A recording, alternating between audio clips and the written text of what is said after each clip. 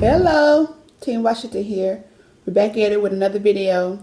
This week's video, we're going to talk about the pros and cons of group running versus solo running.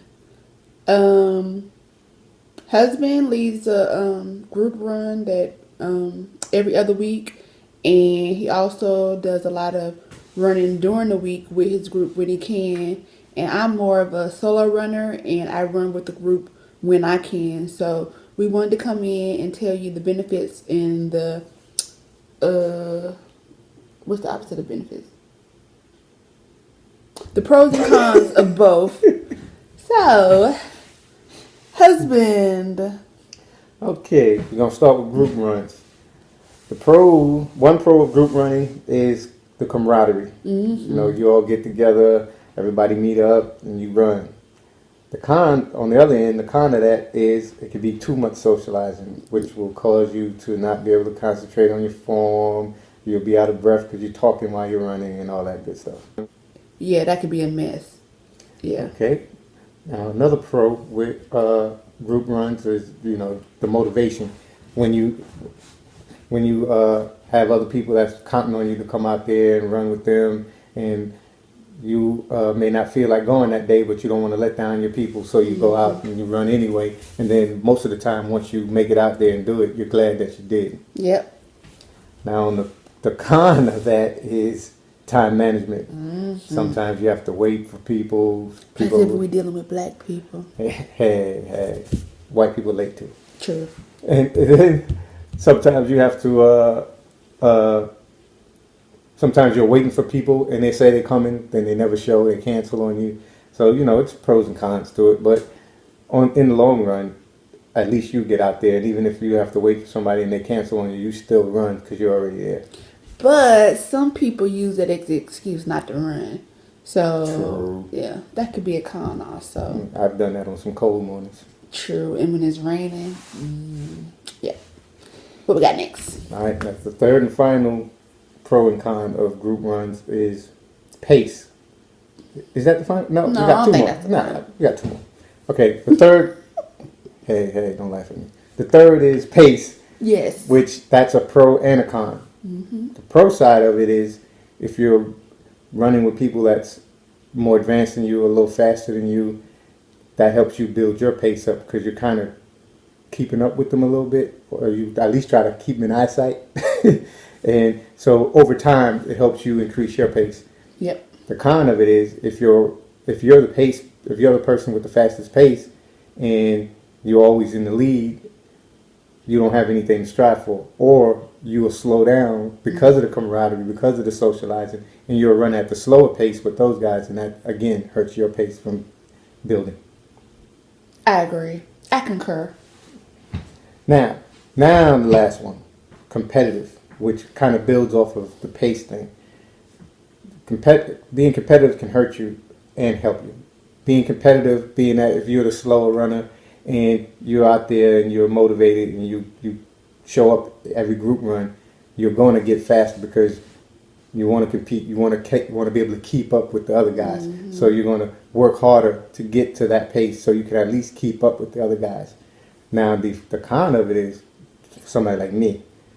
You're over competitive and you try to always be the pace leader or be in the lead or be up with the faster guy that if somebody passed you, you're like, oh no, I got to catch up to him. And then you'll wind up injuring yourself. Breaking your neck, trying to compete with somebody else. And wind up at Carolina rehab with a meniscus tear. Mm-hmm. But listen to him, he know. It's all right. I'll be back in a minute. Okay. I agree with all that. All right, so that's the pros and cons of group runs, which like I said, I lead a group run every other Saturday.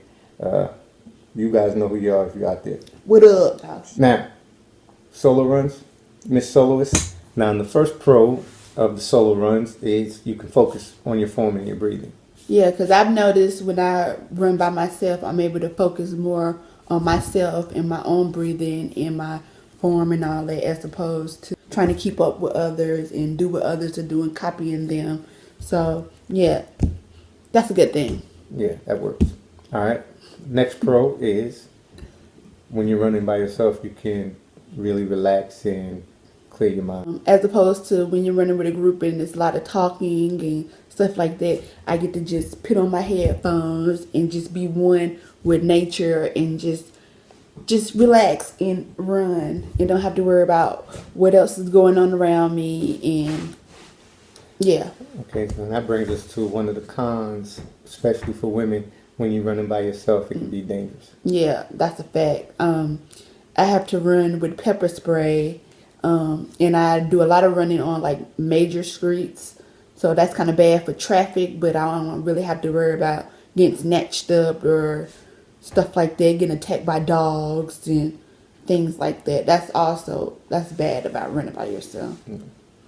And another con is when you're not running on a familiar route or running on a familiar route and places. Meaning, I had this one particular route that I was running all my long runs, and I noticed once I went to a group run and ran in another neighborhood, another location, that my breathing was labored and I wasn't able to keep my pace up and stuff like that. So I'm thinking my body got used to that one route, which is a greenway, and once I deterred from it, my body was like, no go. So now I try to do a variety of running. I run all over town now just to get the hills and the inclines and different curves and stuff like that. Yeah, because there's such a thing called muscle memory. Where your muscles get used to certain movements. So if you know at this time your body gets used to, at this time I'm gonna hit this hill, or at this time I'm gonna make this turn. So if you run the same route all the time, you when you do run another route, especially if it's hilly, you'll struggle. Cause I'm like, dang, I can on the greenway I can run 10 miles without stopping. But then when I go on the business part with my home girl, like after 2 miles, I'm like, it's time. I need to stop and walk or whatever. So what's up with that? So I realized that it was just because my body had got used to the greenway and like the flat surface and stuff. Flat and asphalt. Okay, this third one is both a pro and a con, which is you'll be self-reliant when you're only relying on yourself. Mm-hmm. Now, can you elaborate on that? Indubitably. So when I'm just depending on myself, like when I want to go run, I just go out there and run. I don't have to call anyone and say, hey, you going for a run today, or what you doing today, or whatever. I just go out there and run or whatever. I kind of have the willpower to just get up and go. Like if I say I'm gonna run, I'm gonna run. As opposed to when you that could also be a con, because when I don't feel like running, I don't have nobody to hold me accountable. I say I ain't running, and I don't go running. And what? Yeah, sometimes you say, I'm going to be running early. Yeah. And then when I wake up and turn over, you still in bed with cover. Snoozing. Yeah. Yeah. But why you have to bring that up? Because. But yeah, that's a fact. So yeah, so that can be a good and a bad thing when you're just dependent on yourself. You don't have to worry about others' excuses, but you do have to worry about your own excuses. And it's easier to talk yourself out of running than when you got a group run, when you know, all right, everybody expecting me to be there. Let me hurry up and get out of there. Agreed. So there's pros and cons to both. And in conclusion, I say, personally, you should do a combination of both. Yep, I agree. You shouldn't just stick with one or not the other. I mean, you can have a preference, but you should also always incorporate the other into your regime. Like I do more group runs, but I have to get out every now and then and run by myself.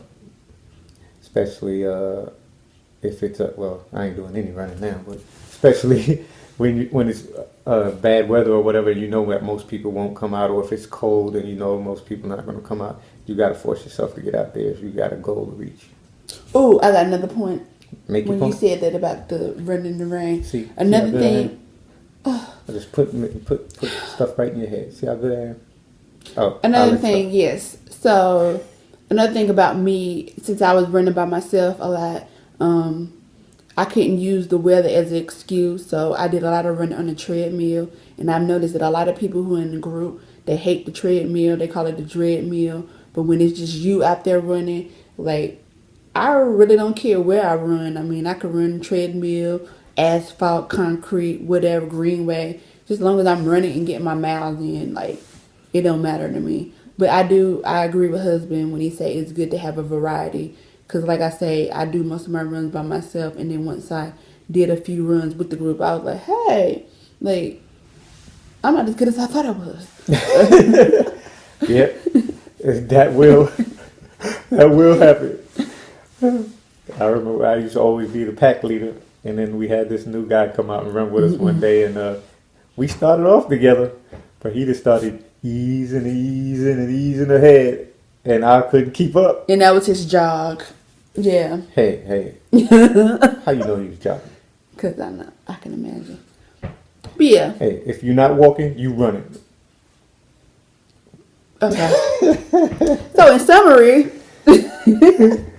In summary, make it a variety. Yeah. Do a little both. You can have your preference, and you can do one more than the other, but you should always incorporate the other one into it. So that's our opinion.